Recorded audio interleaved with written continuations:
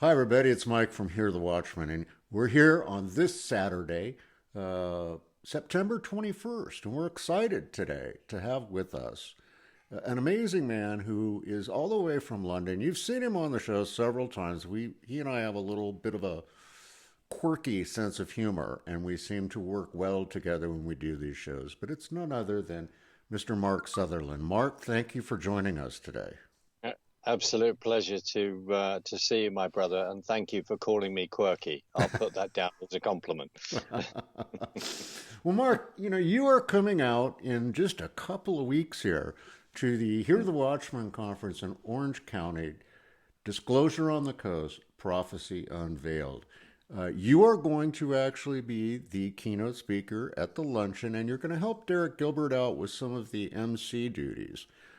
We have quite a lineup in store, folks, for all of you, and bear with me while I just reach behind me because I want to show you guys something. If you look at this, I mean, nothing beats that. We have Troy Anderson, Stephen Bankars, Pastor Paul Begley, Mark Sutherland, Michael Boldea, Pastor Phil Core, Russ Disdart, Derek Gilbert, L.A. Marzulli, Paul McGuire, Josh Peck, Gon Shimura, Carl Tricrib, and we just added someone who is fantastic. He is a retired Army colonel who was actually a chaplain and served in the chaplain corps for them for the U.S. Army, and we're really excited. He and Troy Anderson work together. They're coming out with a new book next year that's just crazy, crazy great. And so we're really looking forward to it. The conference itself and having you there, folks. You can still get there. There's three ways if you just go to our website that you can enjoy this conference. The absolute best way is to come in person. Be there and be a part of the whole experience. You can also live stream it and on demand. All you do is go to our website and click the live stream on demand button and you can get signed up. Third way is you can get the DVD. You can pre-order the DVD set. If you pre-order the DVD set now, you're going to save like $30 off the regular price once we do the conference. So don't miss out. Go to hearthewatchmen.com. Do it today. Be a part of this because this is different than a lot of conferences. You have a lot of choices out there. You just want to go and attend a conference and just do that, you can. That's wonderful. If you want to come and go to a conference and be a part of a family, then you want to come to Hear the Watchman. Mark, I just want to get, before we start in with our rants, I just want to get your opinion. When you come to a Hear the Watchman conference, do you feel like you are a part of a family? Yes, I do. I mean, as you know, part of my testimony was flying out a couple of years ago to make sure I wasn't going around the bend and I wasn't going completely insane with all the information that I was looking at, and very much by a number of those speakers that be in the room. Absolutely. And I fly thousands of miles. I know it's 4,500 miles to Dallas. I'm not sure off the top of my head how many miles it is to California. It's quite a few thousand miles. I'm privileged, all right, to be able to make that journey. And yes, I certainly do. And it's one of the reasons why I come out, because I wish to be with family. It's that serious. And also, Mike, with what happened in Dallas this year as well, and the testimony, we had two people from New Zealand, and they felt exactly the same. There are other people that were from Australia as well. They feel exactly the same. Because for many people, they feel isolated. They're looking at the stuff online and think, wow, I want to actually meet these people. This isn't, as we say, this isn't a hobby. This is real. We are in the last days. The battle is absolutely, well, the war is on. The war is on. There's battle after battle after battle. So, yeah, sorry, I do feel part of the family. So thank you. Amen. And yeah, folks, it's a full contact sport now. So come on out. We'll help you get your pads on. We'll help you get ready for what's to come. Again, hearthewatchmen.com. Go there. If you have any questions, hit the contact button. That email will come directly to me. I'm usually pretty good about answering the same day. So be a part. Be a part. Mark, so we got things to talk about today. I think we're going to focus a lot on your side of the pond because there's some very quirky stuff happening over there. Other than just the Brexit thing, which is just the quirkiest thing I think globally that I've ever seen. Here in the States, it's almost like same old thing, different day, right? I mean, the president's under attack again. The liberals are throwing the same stuff out there again. Now they're saying that, he was trying to have Biden's son investigated by, it's just crazy stuff by the Russians or something. It's just crazy, crazy stuff. And what I think it is here in the States, it's a last ditch attempt, Now we're still in a lot of trouble here. If next year, if he's voted out of office, all bets are off for the United States. I mean, they truly are. All bets are off. So here we're kind of gearing up with that. The other thing that strikes me here in America is the total disintegration of morality. I mean, I see it every day. I witnessed it with a friend recently and was like, my God, what just happened to moral standards? We have 4 states have passed a law now saying that women can walk around topless. This free the nipple movement, Now, you know what? You want to walk around topless in your own house, go for it, I mean, I don't get the morality behind that. Madonna was here. Talk about an evil, evil person. She opened up her tour in New York City, and she opened it up with making a derogatory remark about Trump's manhood and then simulating a sex act on stage. Now, and thousands of people, hundreds of thousands of people, I think, were there and witnessed this and all loved it. Where has our morality gone, America? I mean, what do you think, Mark? Well, it's really interesting you say that. And I mean, I am appalled. Let's not even talk about this free movement or, Madonna, let's not even give her any more headlines. I mean, I just find it very sad in many ways. And when she said, I want to go and blow up the White House, why wasn't she arrested for terrorism? But here's the thing, which I think is really fascinating to me. The same stunts are being pulled on this side of the pond that were pulled on your side of the pond. Do you remember the play that dreadful comedian, the woman, who then had held the head of Trump in her hands? Kathy Griffin, yeah. Kathy Griffin, yes, sorry, I've forgotten the woman's name. Must mean that she's high up on the bill of any sort of comedy. Not. And this week, as I'm not really into rap music, I can't think of the rapper's name, but a rapper here at an awards ceremony, I think on Wednesday night, held a head of Boris Johnson up. Now, this is the same thing. What is this? We used to have a puppet show over here, political satire called Spitting Image. That is a puppet show. That's where those kinds of things should be left. When you then are at some music awards, rap awards going, when was Britain ever great? And some people in the crowd cheering to that or standing up and clapping to that. Does that sound extremely familiar to you, my brother, of what the kind of stunts and nonsense have been pulled on your side of the pond as well? And you're absolutely right, we are in the last vestiges of the fact that, as far as I'm concerned, God willing, lots of prayer that we all need, we are going to leave the EU on the 31st of October.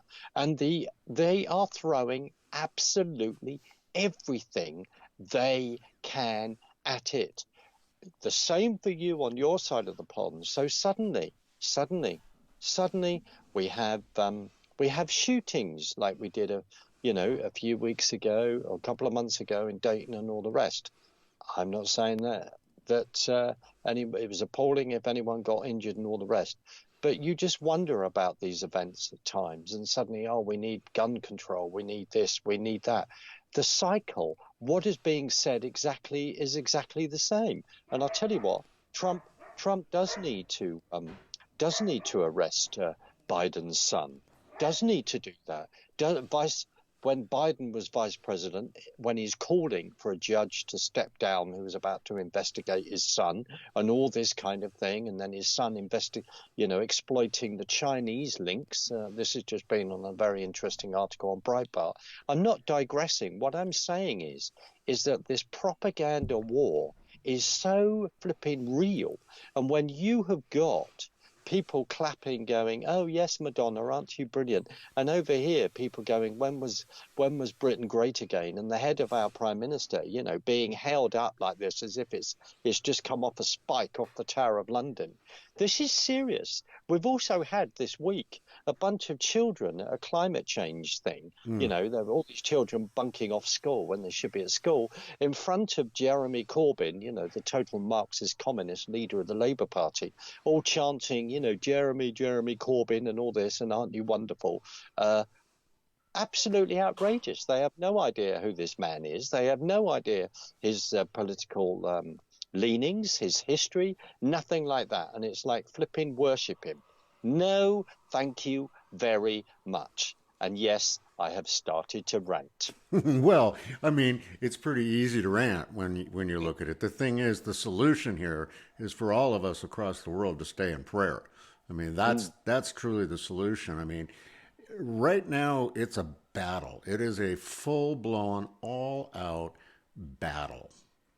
And somehow we need to convince the remnant body of Christ to spend time each day looking at what's going on, being informed, and that's what Mark and I try to do. So Mark, I got to ask you another question. I'm sure that there's a lot of people here on this side of the pond who want to know what is going on with the royal family. First of all, okay, you've got Harry and Meghan, right? I don't really care what hotel they stay at. I don't care how much her dress costs. I don't care if they fly commercial or private. What is the gigantic obsession with everything going on in their life? And at the same time, what's up with Andrew? I mean, it's just baffling. What's going on? Well, let's just start with Andrew. Andrew had a relationship with Epstein, the gentleman that was suddenly arrested after the fact that he was let off in 2006, I believe, in Florida. The particular gentleman that did prosecute him was actually warned off, I believe, by shadow government people. Right, we didn't necessarily call it the shadow government at that time. Many of us weren't awake to what was going on. And Prince Andrew knew Epstein personally, had been out to his island and all this kind of thing, and was actually warned to not have anything to do with him. And then he continued that relationship. There was a court case where his name was in the end taken out of the particular proceedings. Mr.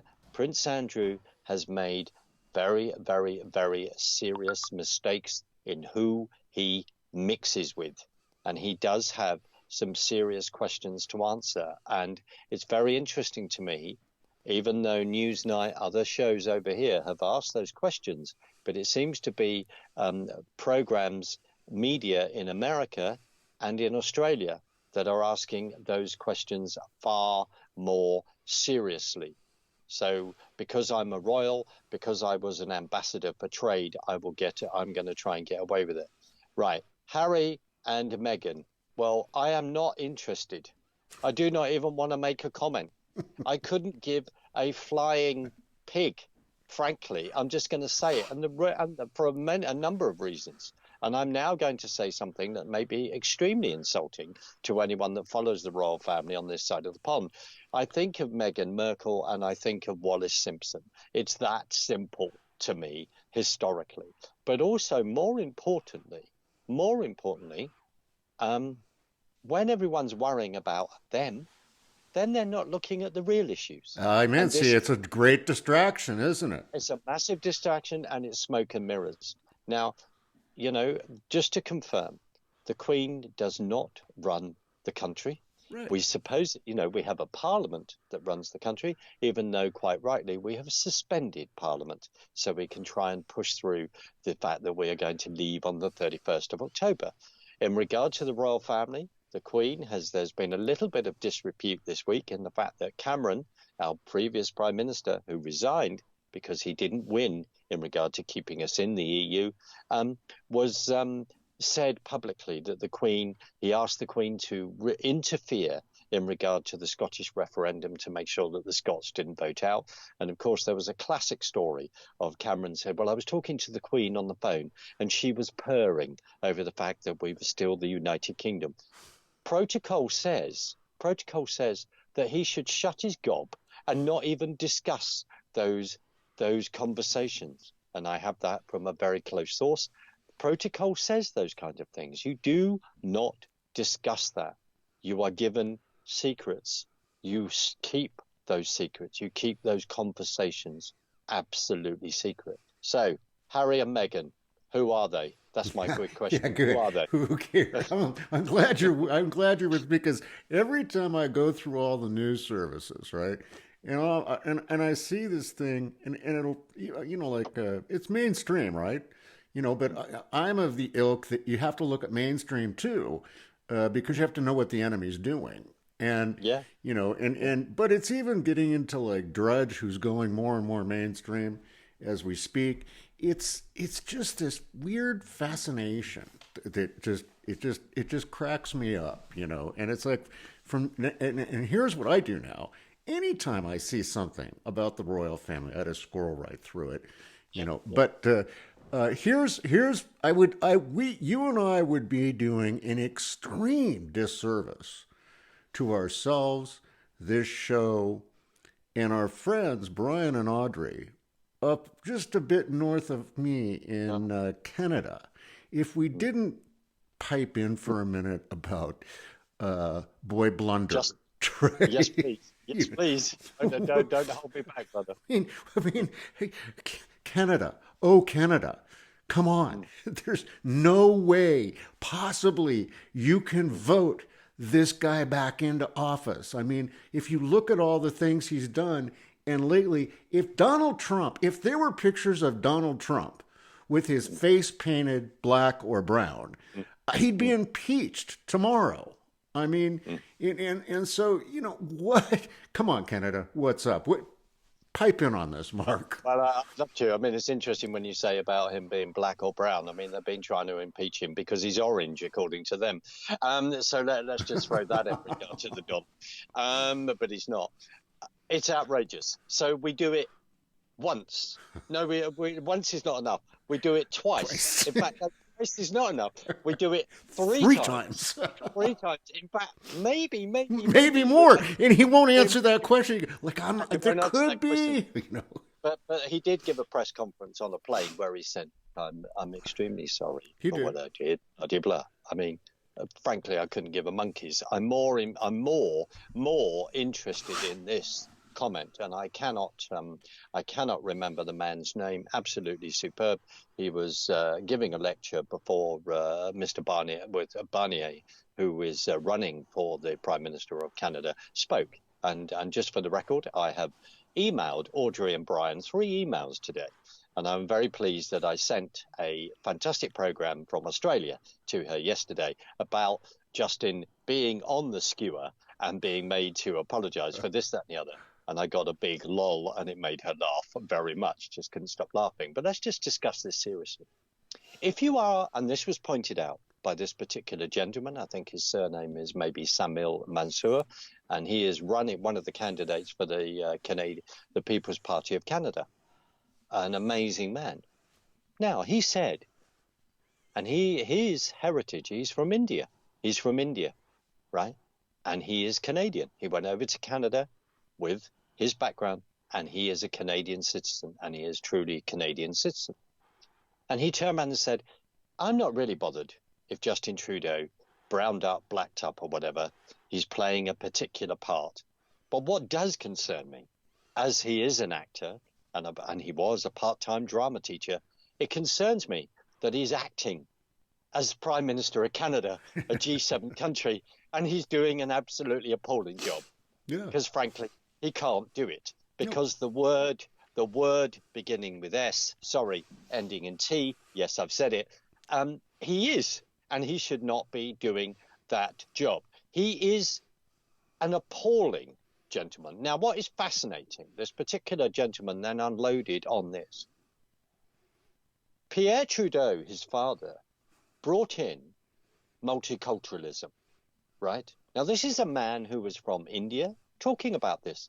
He said, Canada is not, it's not about multiculturalism. It's all the different ethnic backgrounds of people, and we come together and we are Canadians and we buy into the values of Canada. Trudeau, Justin Trudeau, is a man that did not listen to his father, because Pierre Trudeau started multiculturalism, and then in the 90s, in a particular interview, I understand, then said it was the biggest mistake that he'd ever done. Now, Trudeau, the most woke person, the most PC person going, said that Canada is a post-nation nation. Well, all I've got to say to you, Justin, you better have a chat with all my mates that live in Alberta, because you are absolutely wrong. You better have a chat with all the people that live, as we look at the Canadian map, to the left of Ottawa, to the left of Quebec, rather. That is what you're doing. And this is vital. You've touched on prayer, and it's something that when we were at the conference, and I had the privilege to talk at the lunch, and hopefully not everyone will be able to keep their lunch down after I've spoken, that the key thing is that we do pray, that we do stand up and we do pray. And I want to do that as a physical thing, that we do pray for the Canadian election as a body, and to stand with our dear friends in that regard. We need to be praying for Canada. Justin Trudeau, let's just put it on the line, is a total and utter train wreck. He is a joke, an utter joke, appalling. He has manipulated things in regard to when he says I'm for women's rights. He has manipulated that, and there's two particular women that he has treated appallingly as members of the civil service, etc. Covered things up, then wanting to give 600 million Canadian dollars to various media outlets as long as they're writing wonderful things about him. Op-eds, all of this, anti-superb. Actually saying Canada doesn't exist anymore. And you're absolutely right, Mike. It's up to, and Audrey and Brian are really playing their part. Another dear friend of mine, Rachel, is playing her part as well. People need to wake up. This is a massive, massive prayer battle, and the frustration is huge. And the more of this kind of incident this week, then Trudeau will not do himself any favours at all. You've also seen when he attends the G7 or meetings like that, and people absolutely ignore him. He is a joke, and he needs to go. And I don't think I can say it any more firmly than that, my brother. No, great points, and you're absolutely right. And Brian and Audrey will be at Hear the Watchmen for the entire conference. We're excited about that. And I think what we should do while they're there is we should begin a movement to have Audrey and Brian run the country of Canada. I truly do. I think that I couldn't agree with you more. I actually think that Audrey, as the first female Prime Minister of Canada, would be an absolute hit. Yeah, and she's a lot better looking than Brian. So yeah, that would be great. I think she'd have a much better chance of winning.